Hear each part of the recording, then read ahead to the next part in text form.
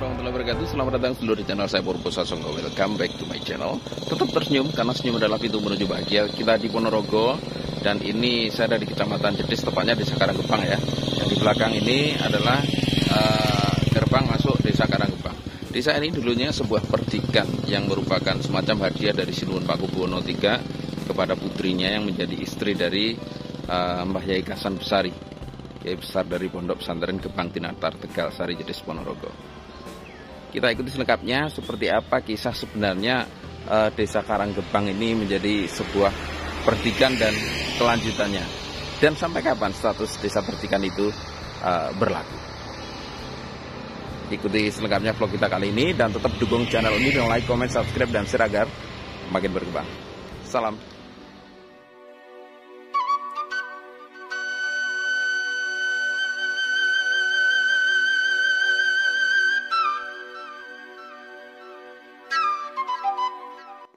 Kita ada di Desa Karanggebang. Ini adalah wilayah Kecamatan Jetis, Kabupaten Ponorogo. Sedulur, secara administrasi, Desa Karanggebang terbagi menjadi 4 dusun atau 4 kamituan, yakni Dusun Purwo Asri, Dusun Karang Asri, Dusun Taman Asri, dan Dusun Tegal Asri atau Pohlimo. Khusus untuk Dusun Pohlimo ini ada sesuatu yang menarik atau terkesan unik. Karena untuk menuju ke desa induk, Dusun Pohlimo ini dipisahkan oleh desa-desa yang lain. Harus melalui Desa Kutuwetan. Kemudian untuk mencapai desa induk juga bisa melalui Desa Keradenan. Baru kemudian masuk ke Desa Karanggebang. Fakta menarik lagi tentang Desa Karanggebang ini adalah sebuah desa yang memiliki lahan persawahan terluas di wilayah Kecamatan Jetis. Lahan sawah atau pertanian tersebut berada di Bulaan Selatan Jetis, membentang dari timur sampai ke barat. Hal ini tentu saja menjadikan Desa Karanggebang sebagai salah satu lumbung beras atau lumbung pertanian di wilayah Kecamatan Jetis atau di wilayah selatan Kabupaten Ponorogo. Jika kita masuk atau barangkali kebetulan lewat di wilayah Desa Karanggebang ini, maka di sisi barat Jalan Poros, begitu kita masuk Desa Karanggebang ini, kita akan melihat sebuah bangunan yang lumayan kuno, semi limas begitu, yang oleh masyarakat dikenal sebagai Rumah Ndoro. Nah, kenapa di sini ada Rumah Ndoro? Ceritanya sangat panjang. Konon, di zaman dahulu, Desa Karanggebang adalah sebuah desa perdikan. Desa perdikan adalah sebuah desa yang dibebaskan dari kewajiban membayar pajak pada pemerintah pada masa itu tentu saja. Dalam catatan sejarah, Ponorogo memang dikenal memiliki beberapa desa dengan status perdikan. Tepatnya ada 9 desa. Desa-desa tersebut adalah Setono, kemudian Bulung Merdeka, Desa Menang di Kecamatan Jambon, Desa Ngelarangan di Kecamatan Kauman, Taman Arum di kota, kemudian Tegal Sari dan Karanggebang di Jetis, juga ada Serandil di Jambon, dan Desa Tajuk. Istilah perdikan ini sebenarnya boleh jadi berawal dari kata merdiko, hamardiko, atau mardika, yang artinya bebas. Dulu masyarakat desa perdikan boleh dikatakan sebagai masyarakat yang merdeka, hampir bebas dari kewajiban apapun, bebas dari segala bentuk pajak dari negara, bebas dari kerja paksa, dan segala urusannya diatur sendiri oleh pemerintahan desa tersebut. Namun demikian, hal itu tentu saja tidak boleh bertentangan dengan apa yang sudah ditetapkan oleh negara. Karena desa perdikan merupakan bentuk apresiasi atau hadiah dari raja yang diberikan kepada rakyatnya yang dianggap telah berjasa kepada negara. Pun juga dengan keberadaan Desa Perdikan di wilayah Kecamatan Jedes ini, yakni Desa Karanggebang dan Tegalsari, adalah sebuah paket bersama yang mana merupakan penghargaan dari Sinuwun Pakubuwono kepada Kiai Kasan Besari di masa itu. Kisah ini bermula saat pesantren Gebang Tinatar Tegalsari di bawah pimpinan Kiai Kasan Besari.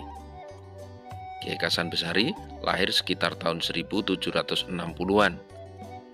Beliau ini adalah cucu pendiri pesantren Tegalsari, yakni Kiai Ageng Muhammad Besari. Ayah dari Kiai Kasan Besari adalah Kiai Ilyas.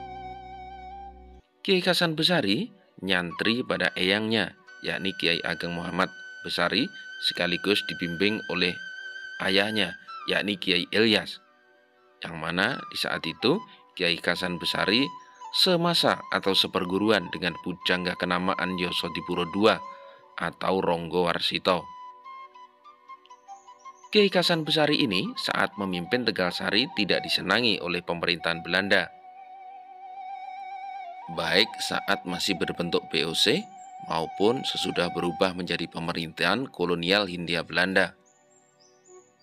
Di masa itu, Kiai Kasan Besari berusaha untuk menegakkan hukum Islam di wilayahnya yang merupakan Desa Perdikan. Penegakan hukum Islam tersebut bertujuan untuk menciptakan masyarakat yang lebih tertib, aman, dan lancar. Namun demikian, tindakan tegas ini ternyata mengandung risiko karena bermunculan kelompok-kelompok masyarakat yang kurang senang. Pemerintah Hindia Belanda menyatakan bahwa tindakan Kiai Kasan Besari adalah salah dan bertentangan dengan hukum yang berlaku. Kemudian, Kiai Kasan Besari juga dituduh sebagai pembangkang dan suka main hakim sendiri. Sinuwun Pakubuwono yang memerintah Keraton Kasunanan Surakarta termakan oleh hasutan Belanda. Pakubuwono kemudian memanggil dan menghukum Kiai Kasan Besari karena dianggap melanggar aturan. Kiai Kasan Besari dipenjara di Keraton Kasunanan Surakarta untuk sementara waktu. Pemerintah kemudian memutuskan Kiai Kasan Besari akan dihukum selong atau dibuang, diasingkan keluar daerah.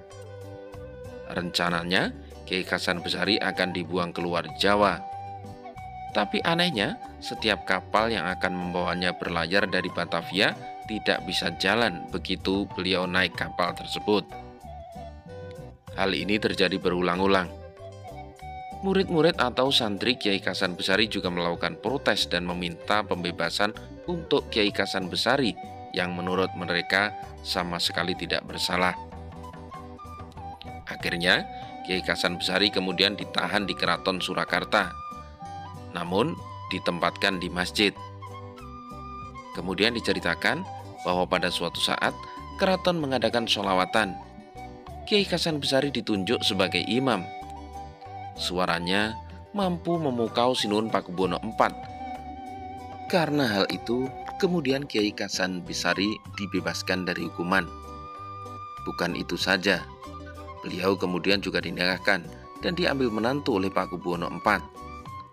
Kiai Kasan Besari dinikahkan dengan Raden Ayu Cokroyoto, kemenakan dari sang susunan Pakubuwono IV. Sumber lain juga menyebut nama putri tersebut adalah Raden Ayu Murtosyah. Setelah itu, Kiai Kasan Besari memboyong pulang istrinya yang putri keraton tersebut ke Tegalsari. Raden Ayu Cokroyoto, atau kadang ada yang menyebut sebagai Raden Ayu Murtosyah, kemudian diberi tanah lungguh, yakni Desa Karanggebang. Sejak saat itu, Desa Karanggebang naik statusnya dari desa biasa seperti yang lain menjadi Desa Perdikan yang bebas dari segala kewajiban. Status istimewa sebagai sebuah Desa Perdikan tersebut dinikmati Desa Karanggebang sejak tahun 1844 sampai di tangan tahun 1963. Selama 119 tahun menyandang status sebagai Desa Perdikan, Desa Karanggebang dipimpin oleh 5 orang lurah keturunan, yakni pada tahun 1844 Raden Notopuro dilanjutkan Raden Mangunsudiro 1887, dilanjutkan Raden Sucarno 1924, kemudian Raden Sucito 1927, dan Raden Sumarsono 1956, sampai dengan status desa perdikan dihapus oleh pemerintahan Presiden Soekarno pada tahun 1963. Sejak saat itulah Desa Karanggebang berubah status menjadi desa biasa, tak ubahnya desa-desa yang lain. Pun juga kepemilikan tanah desa yang saat itu hampir secara mutlak dikuasai oleh keluarga kepala desa dibagi-bagi secara proporsional kepada masyarakat Karanggebang. Oke lur, ini vlog kita kali ini tentang Desa Perdikan Karanggebang. Saya lagi ada di jembatan Karanggebang ya. Panjang banget ini, melintas di atas Sungai Gendol. Jadi kalau ada kendaraan besar lewat itu kayak centul-centul gitu jembatannya. Oke, ini semoga jadi tambahan pengetahuan bagi kita semuanya. Semoga menjadi tambahan wawasan bagi kita semuanya. Masih banyak desa perdikan-perdikan lain yang belum kita kulik ya. Nanti secara bertahap kita coba sajikan untuk sedulur semuanya. Terima kasih sudah mengikuti video ini, semoga bermanfaat. Assalamualaikum warahmatullahi wabarakatuh. Salam.